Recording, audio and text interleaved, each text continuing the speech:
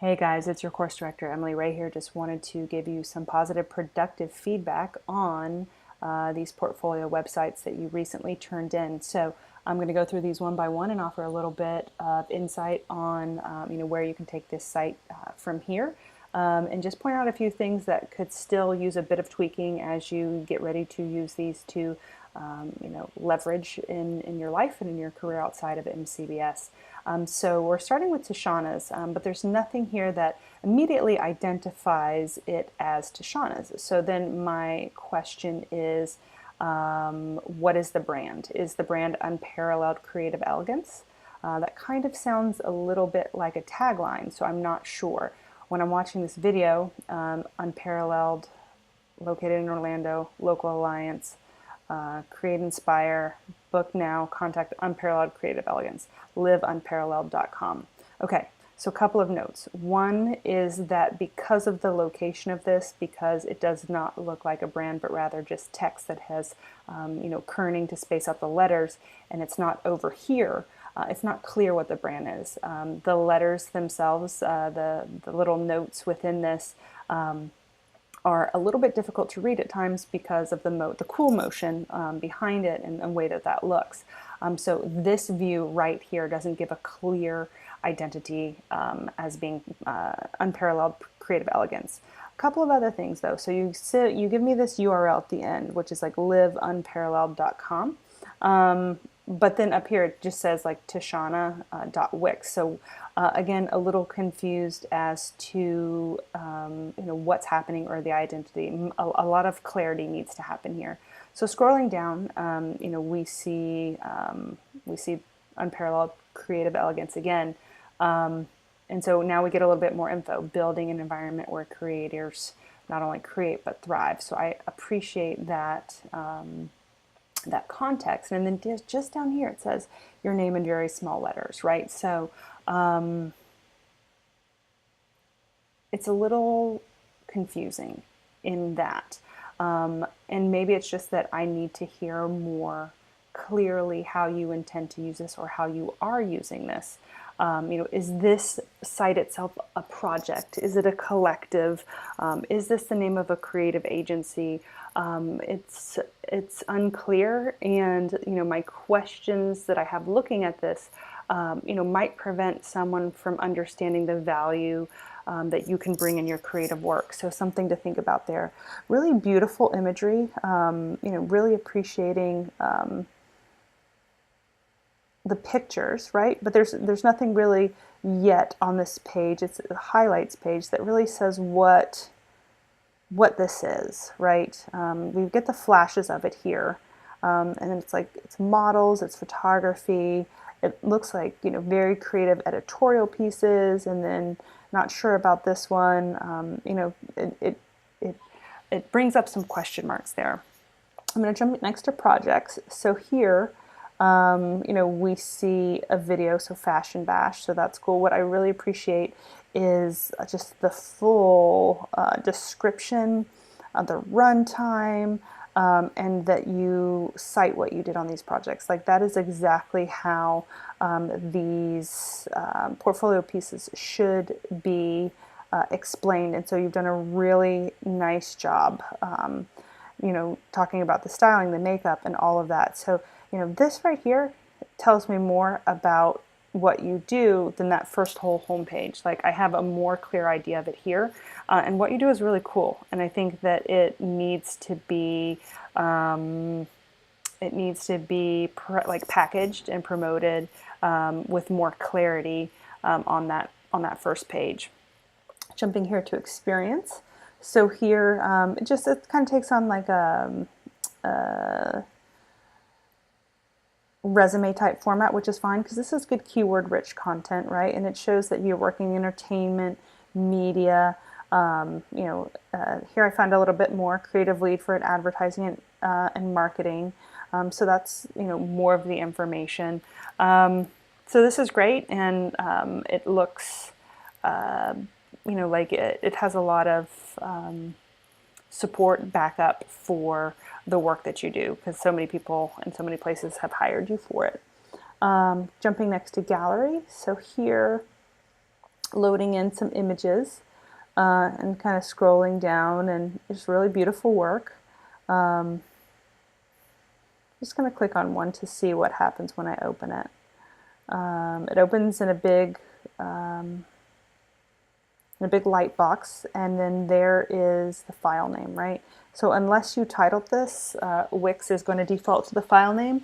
And so this is like dotting your I's and crossing your T's, so that you can make sure that you have titles, descriptions of any of your pieces, and that you can fully leverage this like keyword-rich content and for SEO purposes.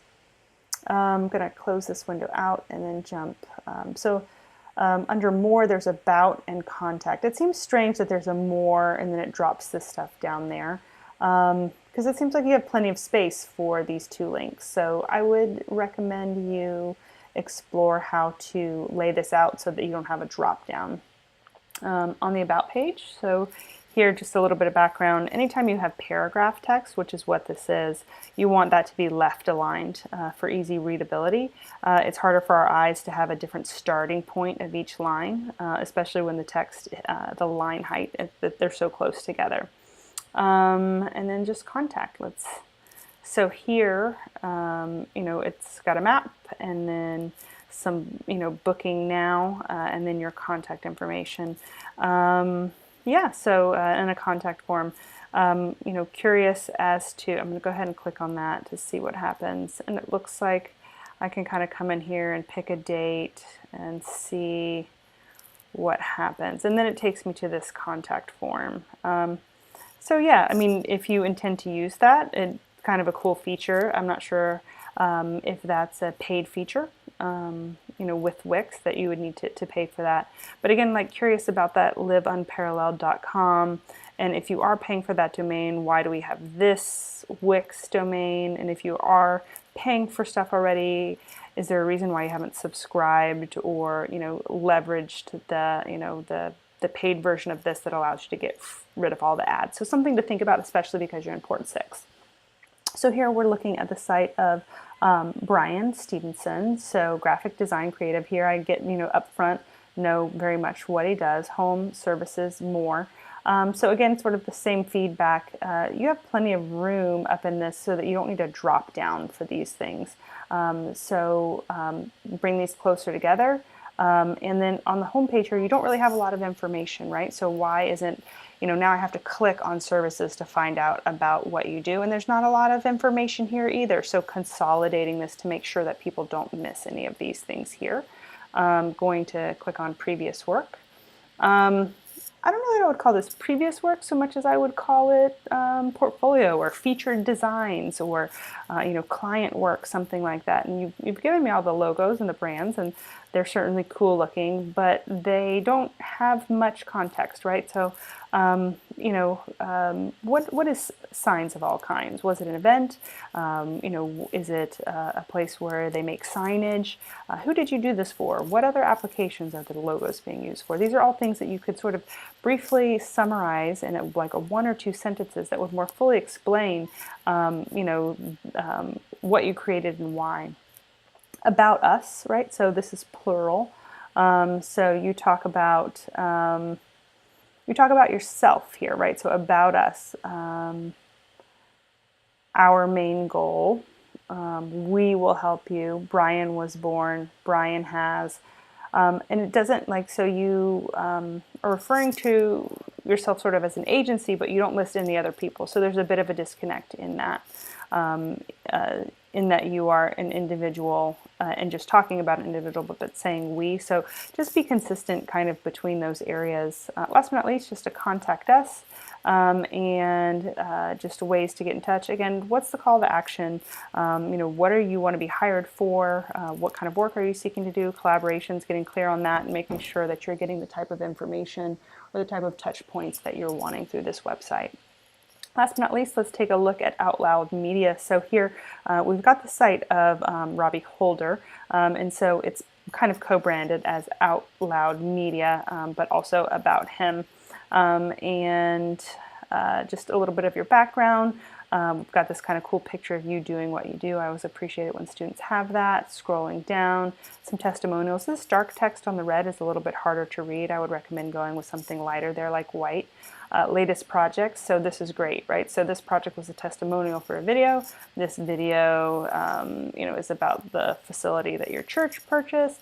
Okay, how about titles for each of these? We've got the description, which is great, and I also appreciate that you shot the video and you edited the video, and that you show sort of the full breadth of your skill set. So here we have your social media, and they are in fact linking out to other locations where I can find you online, which is great.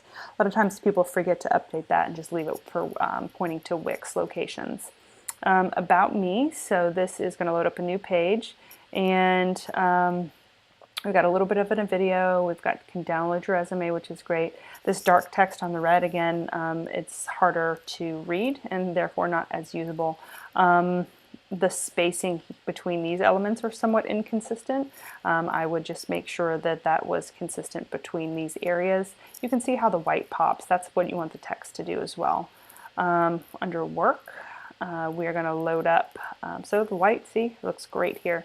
A few videos, and they're small, and there's no title, and there's no description, and like, how do I know which one, I should really read or view? If I could read a title or a short description, maybe I only have time for one.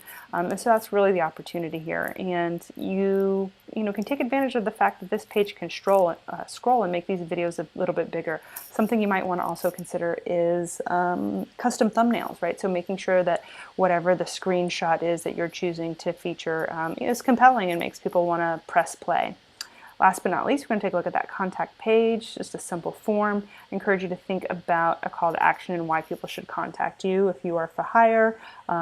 Just what is this portfolio designed to do? Is it just to showcase your work? Is it to get new business? Something for you to think about, because the language that you use, it can and will affect that. If you guys have any questions about the feedback provided here, please let me know. This is something that you will continue to work on over time, and it should be flexible. It should change over time because you're changing and your skill set is growing. So I encourage you to come back and revisit this at least once again before you graduate, but certainly to incorporate some of the thoughts and feedback provided.